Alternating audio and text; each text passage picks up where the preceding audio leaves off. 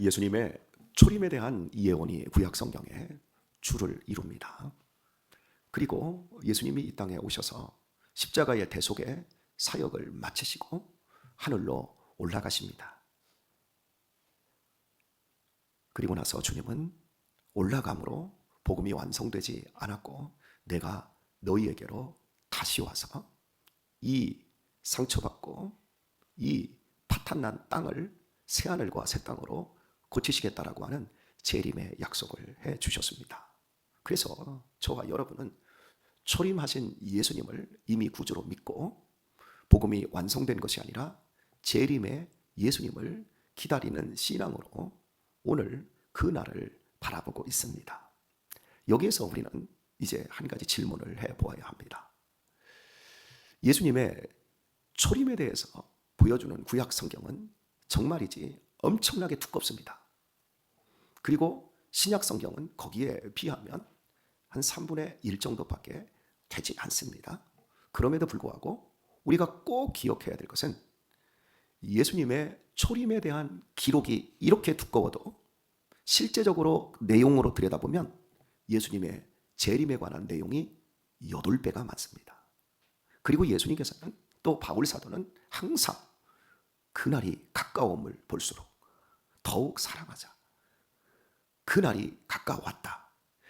그 예수님의 재림하시는 역사가 완성되어지는 그날, 이 세계가 마지막을 고하는 그날, 믿는 이에게는 그날이 신원의 날이고 축복의 날이 될 것이지만 믿지 않고 부인했던 사람들에게는 공포와 심판의 날이 될 것입니다. 바로 그 날이 8배 이상 많고 우리에게 항상 깨어있으라.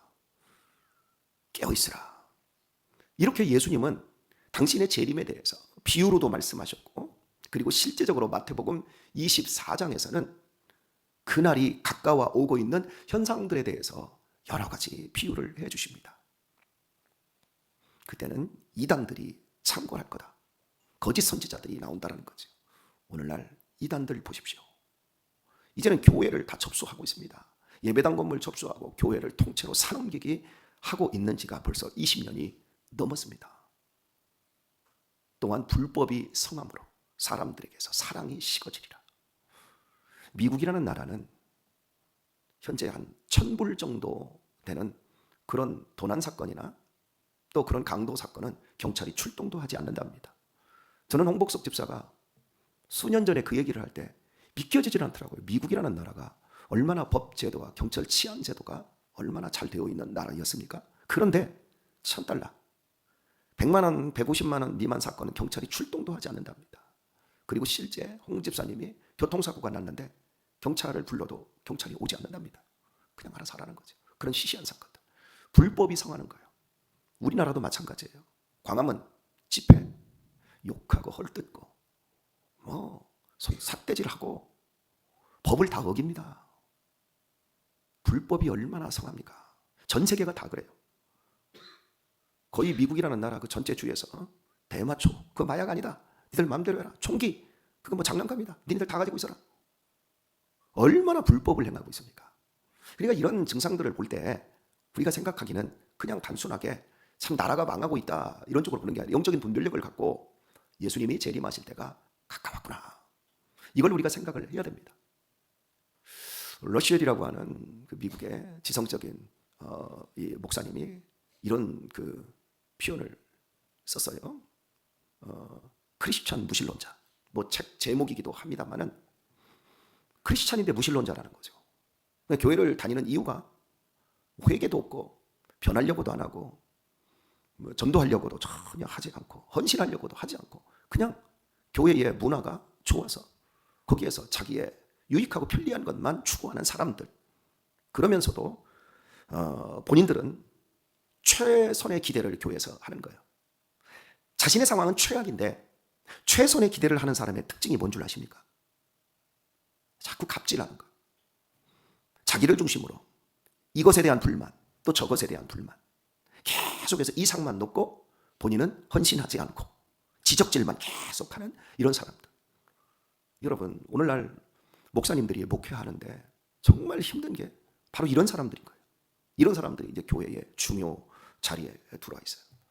그래서 그런 사람들의 그 지적질, 자신들은 전혀 변하려고 하지 않고, 자신은 헌신하려고 하지 않고, 자기는 그 공동체를 위해서 아무 노력도 하지 않고 그 공동체에 속해서 좋은 것들만 취하고, 이런 사람들, 바로 이런 사람들이 크리스찬 무신론자라고 로시엘 목사님은 꾸짖고 있습니다. 또 마지막 때가 되면 처처에 지진과 기근과 전쟁이 성행한다 말합니다. 여러분, 지진이 얼마나 많아졌습니까? 쓰나미도 해저 지진이라는 거 아시죠? 지진의 이 숫자가 100년 전보다 거의 여러분 한 200배 이상 높아졌다는 거 여러분 아십니까? 그냥 지진이 많아진 게 아니에요. 전쟁, 전 세계에 여러분 전쟁 않는 그런 대륙이 있나요? 특히 저 중앙아시아, 왼쪽 근동아시아라고 할 수 있는 그쪽에서부터 유럽 초기까지 뭐 난리도 아니죠. 아프리카는 거의 100여 년 동안 지금 처참하게 내전으로 일그러져 있고, 뭐 중국과 미국도 한판 붙을 요량이고, 러시아, 우크라이나는 벌써 붙은 지 오래됐는데 끝나려고 하지 않고, 언제든지 이 지구는 제3차 세계대전이 일어나도 이상하지 않는 이런 상황으로 이어지고 있지 않습니까? 그리고 여러분, 지구온난화, 기후이상, 여러분 지금 4월입니다. 4년 전에 4월 달에는 에어컨 켰어요. 4년 전에 4월 달에 하도 더워가지고 그때 한 달 내내 에어컨 켰다니까 무슨 놈 여름이 왔나 벌써? 근데 지금 제가 이거 두었다가 추워가지고 다시 꺼내 입었어요. 그래서 제가 밖에 이렇게 나가서 만나는 분들이 아유 다시 겨울 오나 봐요. 그래서 다들 그 말을 해요. 그래서 아니, 겨울이 오고 있지요. 겨울이 오니까 춥지요. 우리 사실 겨울이 오고 있는 거 아닌가요? 겨울이 오고 있잖아요. 이거는 약간의 초크이지만 우리가 지금 사는 이 세상이 난리도 아닙니다. 여러분, 벚꽃이 지금 지고 있죠? 벚꽃은 저도 상관없어요. 그런데 이제 과수들이 꽃몽우리가 올라오다가 이게 지금 얼어버려요. 강원도 쪽에 다 눈이 와버렸잖아요. 이러니까 지금 해마다 우리가 어떻게 이 식량이라든지 이런 것들을 확보하고, 일본이 지금 식량이 모자라 지금 난리가 났잖아요. 우리나라에 와서 지금 쌀을 사겠다. 일본의 식량을, 비축 식량을 두 번이나 풀었는데도 쌀값이 안 잡혀요. 그러니까 급하게 우리나라에 와서 쌀 좀 다 사가겠다. 이유를 모릅니다. 나 이유를 모른다는 게 나 이해가 안 돼요. 식량은 절대 포기해서는 안 됩니다. 지금 이 평택을 중심으로 여기 지금 이 소사벌, 그리고 여기 고덕, 율포리, 그리고 지금 브레인시티, 여러분 그곳이 다 곡창지대였어요. 다 덮어놓고 지금 상가 짓고 아파트 짓고 난리 났어요. 오산 고속도로 옆에 우남뜰, 거기 곡창지대였어요. 전두환이 시찰 나왔을 때 찬사를 아끼지 않던 농토였습니다. 그런데 그곳이 다 메꿔져 버렸어요. 그리고는 식량 위기가 지금 오고 있는 거예요. 한번 식량 수급이 제대로 돌아가지 않으면 이 대한민국 상황에서 내전보다 더 심각한 서로 이 식량을 확보하기 위한 무시무시한 이런 어떤 테러들이 발생하게 됩니다. 기름 같은 것보다 식량이 사실 제일 위험한 일이죠. 이렇게 지금 세상이 성경에서 이야기하고 있는 시대로 지금 바뀌어가고 있어요. 교회도 사랑이 없어요. 사랑이 식어지리라. 무서운 일이죠. 여러분은 우리 교회 안에서 사랑을 느끼십니까? 저는 느낍니다. 풍성한 사랑을 느낍니다. 놀라운 사랑을 느낍니다. 어제 병원에서 약을 받기 위해서 이렇게 나갔는데 앞에 아시는 분이 먼저 약을 타고 계시더라고요. 근데 내가 뒤에서 모르는 척하고 제 것만 넣고서 가만히 있었어요. 가만히 있었더니 약사가 이제 약을 이렇게 한 다음에 권혁철님 계산하겠습니다. 그랬더니 이 양반이 놀래가지고 막 끌려들면서 막 저하고 동명이인일 수도 있는데 막 찾아요. 그런데 뒤로 딱 돌더니 어머 목사님! 그렇게 반가워해요. 뭐 그렇게 반가워. 새벽에도 봤는데. 참 그런 하나하나 세심한 것. 저는 참 사랑을 많이 느껴요. 우리 성도님들에게. 우리 애들한테도 그런 사랑을 많이 느끼게 되어지고, 연로하신 어르신들한테도 그런 사랑을 느껴요. 참 지난주에는 참 반찬을 우리 성도님들이 해서 금요일 날도 싸줬지, 주일 날도 싸줬지, 주일 날도 우리 누나가 또 반찬을 해서 싸줬지. 짠지가 내가 무친 거, 또 김경송 권사님이 무친 거, 또 주일날 무친 거, 우리 누나가 무친 거, 짠지 종류만 우리 집에 4종류요. 4개를 갖다 놓고 야 어떤 게 맛있지? 이러면서 어떠니 우리 유신이가 그러면 아버지한테 잘 보이려고 하는데 그래도 아버지가 무친 게 제일 맛있어. 제가 그래서 쉬고 웃으면서 아버지 말이 자식아 뭘 맛있냐? 이게 더 맛있지. 내가 이제 이렇게 하면서 여러분, 반찬을 먹는 게 아니라 사랑을 먹습니다. 참 우리가 이 마지막 때 영적인 분별력을 가지고 지켜내야 될 것이 바로 복음 안에 있는 이 공동체 안에서 서로가 하늘 가족이 되어 있는 사랑이 되어야 될 줄 믿습니다. 그리고 마지막 때에 가장 우리에게 지금이 끝이다, 끝이 가까웠다라고 하는 것이 24장 14절에서 결론적으로 이 천국 복음이 모든 민족에게 증거되기 위하여 온 세상에 전파되리니 그제야 끝이 오리라. 이 천국 복음이 모든 사람이 믿는 게 아니라 온 세상에 증거되는 거예요. 지금 여러분, 온 세상에 복음이 다 증거되어져요. 우리 선교사들이 너무나도 크게 박차를 가했고, 그리고 여기에 중국이 회심하면서 거의 한 6억 명도 넘는 크리스찬들이 어마어마하게 헌신하면서 선교사들을 엄청나게 보냈습니다. 아프가니스탄 이쪽 이런 쪽으로. 그리고 여기에서 성경 번역이 완성되어지고, 여러분 지금 전 세계가 이슬람화 되어가고 있다고 하잖아요. 그런데 이슬람 안에서 회심하는 놀라운 역사, 하나님의 일하심들이 드러나요. 그 사람들이 예수님을 믿겠다고 개종을 하면 죽입니다. 그런데도 숨어서 예수님을 믿고, 독일 같은 경우 또 저 영국이나 이런 쪽으로 이제 이민 간 이슬람 교인들 있잖아요. 이슬람 쪽에 있는 이런 사람들, 시리아 쪽, 이런 리비아 쪽, 이런 이슬람화 되었던 사람들이 그쪽으로 가가지고 독일 교회나 영국 교회, 무너져 있는 교회를 접수를 해버립니다. 그리고 그들이 예배를 드립니다.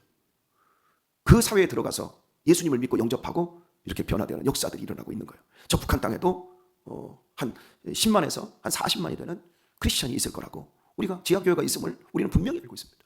지금 이 마지막 때입니다. 그래서 영적인 분별력을 가지고 있어야 되는데, 교회들이 깨어있지 않으면 어떤 일이 벌어지는가? 오늘 본문 상황이 벌어지는 겁니다. 우리 주님께서 십자가의 죽음을 앞둔 화요일 날 길을 가시다가 성전에서 나오셔서 다음 날 하루 주무시고 다시 성전으로 들어가시다가 무화과 나무를 만납니다. 만났다는 표현은 예수님이 만나주신 거죠.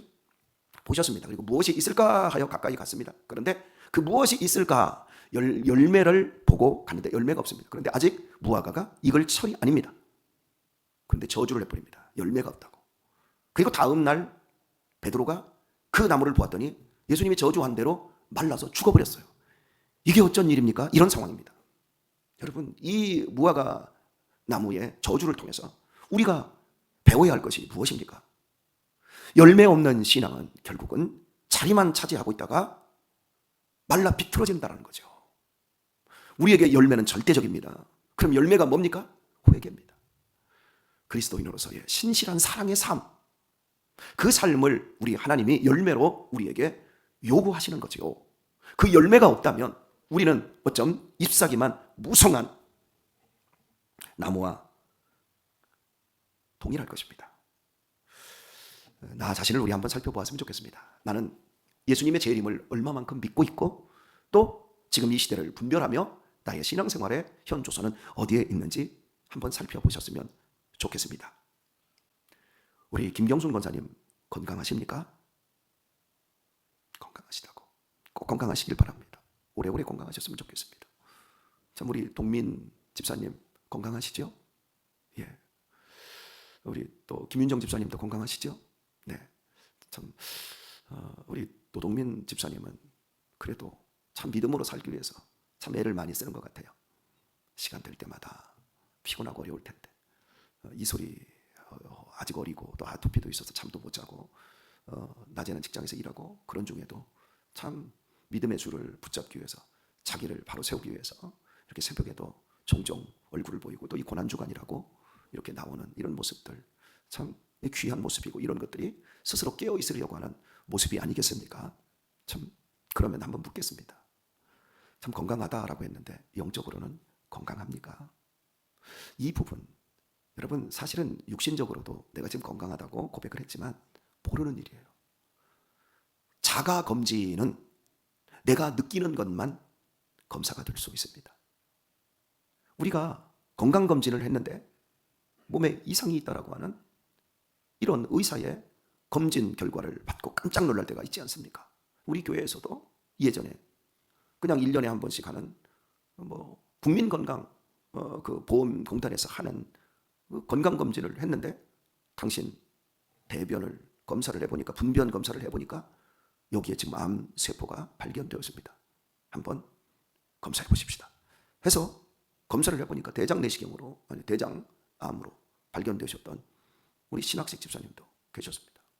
여러분, 전혀 몸에 이상이 없을 수 있어요. 못 느낄 수 있어요. 내가 검진하는 게 아니에요. 나의 신앙은 하나님의 말씀으로 하나님께서 해주셔야 되는 거예요.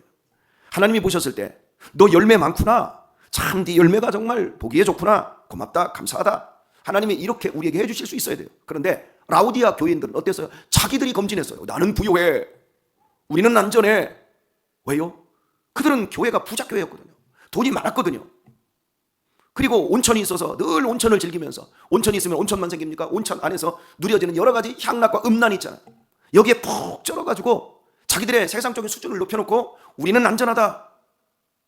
그 자가검진인데 하나님께서 그들을 향하여서 그들은 죽었다고, 사대교회처럼 그들은 죽었잖아고, 뜨뜻미지근하다고, 그래서 내가 너희들 토해버리겠다고 이렇게 말씀하거든요. 오늘 아침 우리 주님이 우리에 대해서 말씀하기를 원하십니다. 우리 어떻습니까? 자기를 부인한 사람이고 주님이 주신 십자가를 진 사람으로 우리 믿음의 걸음을 걸어가고 있습니까? 이 마지막 시대를 살아가며 내가 다 구원할 수는 없지만 내 만나는 사람들, 특별히 나의 가족들, 주님이 오실 때 함께 공중에서 주님 맞이할 준비를 하며 살기 위해서, 그 열매를 위해서 여러분 진력하고 계십니까? 그저 하루하루 무사무탈하게 넘어가는 것으로 우리네 인생을 안심하고 있지는 않습니까? 우리 살펴보아야 하겠습니다. 오늘의 말씀을 맺도록 하겠습니다. 누가복음 13장에 가보게 되면 6절에서 9절 사이에 한 사람이 포도원, 원래 포도원이었는데 포도를 뽑아버리고 무화과 나무를 심었어요. 그리고 과원지기에게 그걸 맡겼습니다. 3년째가 되어서 무화과 열매를 이제 얻기 위해 갔더니 열매가 없는 거예요. 나무를 심으면, 과실을 심으면 3년 후부터는 이제 따기 시작하니까 당연히 열매를 요구하러 갔는데 열매가 없으니까 이 주인이 화가 나서 찍어버려라, 어찌 땅만 버리겠느냐. 여러분, 원래 그 땅이 포도를 심었던 포도원이에요. 그런데 무화과, 은혜를 베풀어 준 거야, 무화과에게. 근데 무화과가 열매를 맺지 못하니까 찍어버려라, 어떻게 땅만 버리겠느냐. 그러자 이 농사짓는 과원지기가 말합니다. 금년에도 그대로 두소서. 내가 두릅하고 거름을 줄 것이니 이후에 만일 실과가 열리면 좋겠지만 그렇지 않으면 찍어버리소서. 이 과원지기는 예수님을 상징하는 거예요. 이미 하나님은 이 세상을 이미 심판하셨어요. 그런데 예수님께서 한 번만, 1년만 더 기다려 주소서. 내가 거름을 파고, 두루 땅을 파고 거름을 주겠습니다. 당신이 거름이 되어서, 당신이 죽어서 이 무화과 나무들을 살려낼 테니, 그래서 열매를 맺으면 살려주시고 이번에도 열매를 맺지 못하면 찍어버리소서. 저와 여러분은 열매가 맺을 수 없는 무화과였습니다. 아무리 기다려도 맺을 수 없는 인생들이었습니다. 그러나 우리 주님이 우리를 대신하여 생명의 거름이 되어 주셨습니다. 그러니 이제는 열매를 맺으라는 거예요. 열매를 맺지 못하면 끝난다는 거예요. 예수님을 비껴가면, 예수님을 놓치면, 예수님 안에 있지 않으면, 예수님을 따라서 자기를 부인하고 십자가를 지고 순종과 사랑의 열매를 맺지 못하면 우리의 인생 속에서는 아무런 열매가 맺을 수 없다는 거예요. 회개하셨습니까? 회개하지 않으셨으면 회개하셔야 되고, 회개하셨습니까? 그러면 순종하셔야 됩니다. 순종하셨습니까? 순종하셨으면 그 순종이 나를 섬기는 대로 가는 것이 아니라 타인을 섬기는 대로 가서 사람들이 살아나고, 공동체가 살아나고, 가족이 살아나고, 나라가 살아나고, 사회가 살아나고, 불법이 정의로 세워지고 사랑 없는 곳에 사랑이 꽃피는 대로 나아가는 그 일에 우리 자신들이 열매가 되어야 합니다. 내가 그곳에 갔는데 싸움이 벌어져. 사람들이 저 사람만 없으면 우리 공동체, 우리 조직, 우리 모임 정말 편안할 텐데, 이런 생각을 내가 주고 있는 인생이라고 한다면 우리는 분명히 찍힙니다. 그러나 여러분, 사랑이 없는 곳에 내가 들어가면 사랑이 생기고, 조직이 모래알 같았는데 내가 들어가면 모두가 다 끈끈해져서 정말 더 하나가 되어지고 있다. 좋은 열매인 줄 믿습니다. 저는 우리 장로님들을 정말 높게 평가하고 우리 권사님들 정말 높게 평가해요. 참, 우리 권사님들 오늘도 제가 버스 빌려왔습니다. 어제 빅구대기 버스 빌려왔는데 이게 스틱으로 해서 이렇게 하니까, 오랜만에 운전하니까 이게 6단까지 넣으니까 막 자꾸 헷갈리더라고요. 오늘 죽을 각오하고 차를 타시면 될 것 같습니다. 어쨌든간 그래서 우리 권사님들을 보면 참 제가 권사님들의 삶의 모습이 딱 차를 타는 거 보면 딱 느껴져요. 멀미하는 사람 앞으로 타. 어이 병순아 너 앞으로 가. 그리고 목사님 옆에서 졸립지 않게 얘기해줘. 어이 이미경 권사 앞으로 가. 앞에 가서 목사님 옆에서 막 미주알 고주알 떠들어야 목사님 안 좋아. 앞으로 가. 그리고 자기들은 제일 뒤로 들어가. 제일 먼저 타는 사람이 제일 뒤로 들어가더라고. 우리 어르신들 배워야 돼요. 좀. 그리고 아무런 거기에서 지금까지 분란이 없어요. 여러분 이게 차 하나 타는 것만 해도요. 누가 먼저 타냐 뒤에 타느냐 얘기가 나올 수 있는 거거든. 그런데 함께 부엌에서 그렇게 일주일에 3번씩 밥을 해야 되기도 하는데 트러블이 한 번도 없었어. 만약 트러블이 있었으면 예수님 바로 부르려고 했는데 이야 그게 여러분 실력이에요. 제가 우리 권사님들 그렇게 존경하고 사랑하는 이유가 바로 거기 있는 거예요. 여러분들이 뭐 얼마나 대단한 일을 하고 있는 게 아니라 싸우지만 않아도 서로 사랑만 해도 우리를 찍히지 않고 하나님이 우리에게 걸음을 주고 있다는 증거이거든요. 안 싸우고 이렇게 한평생 같은 시기를 지나기만 하면 아름다운 열매 맺지 않겠습니까? 동민이 같은 애들이 바로 그 열매인 거예요. 우리 대은이나 우리 그런 애들이 열매 맺고 있잖아. 열매는 내가 맺는 게 아니라 하나님이 맺게 해주시는 거예요. 말씀을 맺는다고 해놓고 10분을 하고 있어요. 우리 유신이가 오늘 제 설교 듣고 또 지랄을 하겠습니다. 사랑하는 교회 여러분, 저나 여러분이나 좋은 열매 지금 맺어가고 있으니 안심하시고 영적으로 분별하여서 우리 주님 재림하신 그날까지 우리 주님의 선한 도구로 승리할 수 있길 예수님의 이름으로 축원합니다.